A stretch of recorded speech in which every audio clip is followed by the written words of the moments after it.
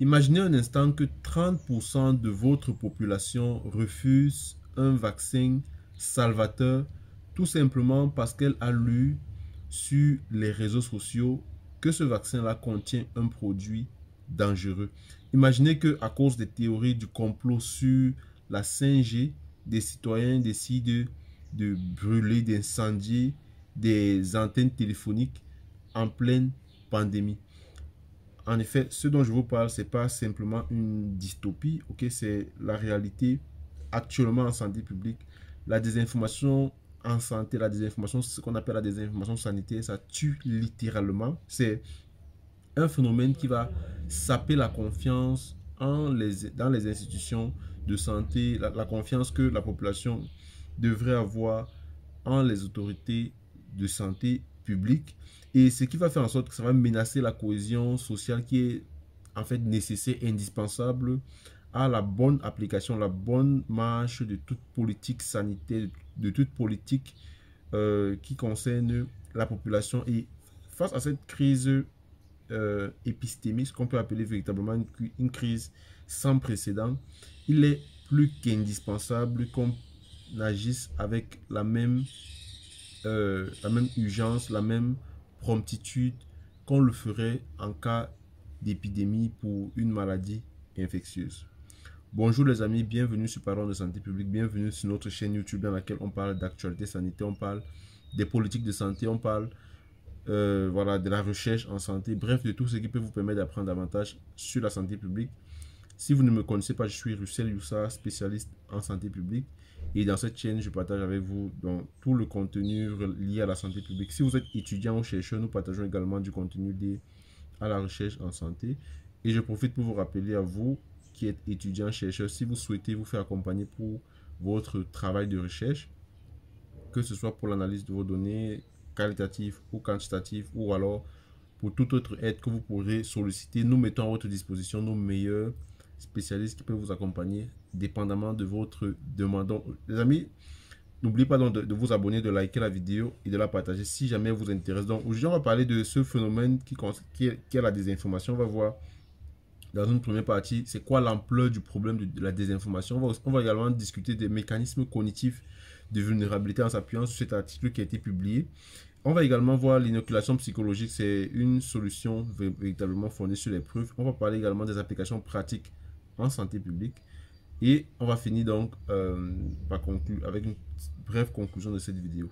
Donc les amis, si vous êtes d'accord, on va passer directement au premier sujet en parlant donc de l'ampleur du phénomène, la quantification de la menace. Donc les amis, vous avez la désinformation en santé, ce qu'on appelle la désinformation sanitaire, c'est véritablement aujourd'hui ce qu'on appelle un déterminant social de la santé, c'est-à-dire ça fait partie des déterminants sociaux à part entière de la santé. Donc ça va faire en sorte que lorsqu'on est en proie à la désinformation, on augmente également notre vulnérabilité donc à être attaqué par des maladies, parce qu'on peut le comprendre de façon simple. Si on ne met pas en place, si on est impacté par des fake news, ok, par des messages erronés, forcément on va remettre en question nos pratiques et donc on ne pourra plus appliquer les mesures de prévention et donc on va mettre notre vie en danger. Donc c'est dans ce sens-là que la désinformation est un véritable problème, parce que il y a des données qui sont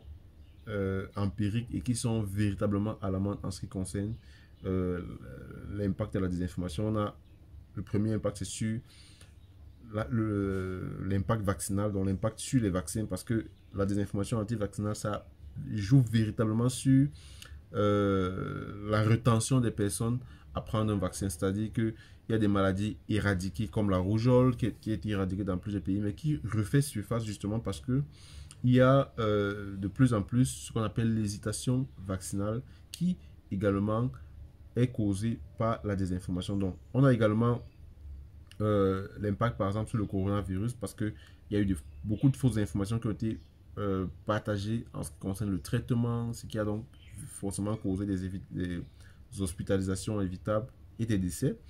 On a également l'impact sur les comportements préventifs. Comme je vous disais tout à l'heure, on remarque que 38% des individus exposés à la désinformation sanitaire modifient négativement leur comportement de prévention. Vous imaginez 38%, c'est assez élevé. C'est la raison pour laquelle je vous disais, ça véritablement déterminants sociaux de la santé.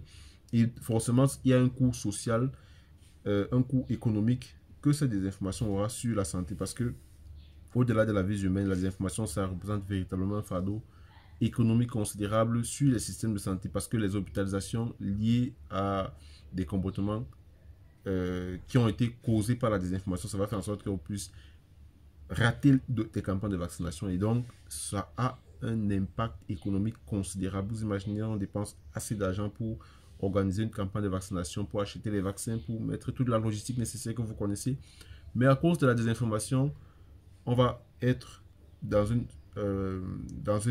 possibilité donc de perdre toute cette logistique, tous ces vaccins qui ont été achetés à coût de milliards. Et donc, c'est dans ce sens-là qu'on voit que la désinformation a également un impact sur l'aspect économique d'un pays. Donc, on a fini de voir l'ampleur du problème. Donc, on va passer maintenant à la deuxième partie, les amis. On va discuter donc des mécanismes cognitifs de vulnérabilité qui sont justement évoqués dans cet article-ci. Il y a ce qu'on appelle la psychologie de la susceptibilité. Ce sont des recherches récentes de Biderstone en 2025 qui montrent des mécanismes absolument cruciaux et qui montrent que il y a ce qu'on appelle la pensée ouverte active qui émerge un peu comme le facteur protecteur le plus robuste en ce qui concerne la désinformation. Donc, la pensée ouverte active, c'est une approche cognitive qui va se caractériser par exemple par la possibilité pour vous d'éviter ce qu'on appelle l'évitement actif, okay, des biais de confirmation. Okay, c'est-à-dire que vous allez être dans une option de ne pas être vulnérable à ce qu'on appelle les biais de confirmation. Donc, c'est ce qu'on appelle l'évitement actif des biais de confirmation. Il y a également autre caractéristique de ce qu'on appelle la pensée ouverte active, c'est la remise en question de ses propres certitudes. Lorsque vous vous remettez constamment en question des choses pour lesquelles vous semblez être certaine, ça également, ça fait partie des facteurs protecteurs. Et il y a également la recherche active d'informations contradictoires. Okay, lorsque vous recevez une information, vous voulez savoir quelles sont les informations contradictoires à celles que vous avez reçues. Et il y a également la tolérance à l'incertitude épistémique. Donc, lorsque vous avez cette forme d'incertitude-là, forcément, vous développez une tolérance. Et ça fait partie de ce qu'on appelle la pensée ouverte active, qui est donc considérée comme un facteur protecteur à la désinformation. Donc, il y a donc des vulnérabilités cognitives qui ont été également identifiées, c'est-à-dire des facteurs, ce qu'on peut appeler des facteurs à risque à la désinformation. Et ce sont ce qu'on appelle les pièges cognitifs et qui évoquent ce qu'on appelle la surconfiance dans ses positions initiales, c'est-à-dire lorsque vous avez tellement confiance en ce que vous pensez. Dès le départ, il y a l'échec à considérer des alternatives. Il y a également l'illustration des compréhensions jusqu'à devoir expliquer sa position. Il y a également l'attention sélective aux preuves confirmant ses croyances. C'est-à-dire que vous allez simplement être dans une logique de sélectionner uniquement ce qui permet de confirmer vos croyances. Il y a également l'interprétation biaisée, okay, de toute preuve. Comme supportant sa position, vous allez faire des interprétations juste pour conforter l'idée à laquelle vous croyez. Donc, voilà un peu les facteurs protecteurs, les facteurs à risque en ce qui concerne la désinformation, les amis. Comme on l'a vu, c'est des éléments qu'il faut savoir pour maîtriser comment se prévenir, comment est-ce qu'il faut développer un mécanisme pour se prévenir véritablement contre la désinformation. Donc, en troisième partie, on va parler donc de ce qu'on appelle l'inoculation psychologique, ce qui est véritablement une solution fondée sur les preuves. Donc, dans cet article-ci, justement, on parle du principe de l'inoculation logique qui a été développé par Biderstone et son équipe, ceux qui sont auteurs de cet article-ci, et qui représente véritablement une avancée majeure, contrairement à ce qu'on a appelé l'inoculation technique qui cible beaucoup plus les stratégies de manipulation.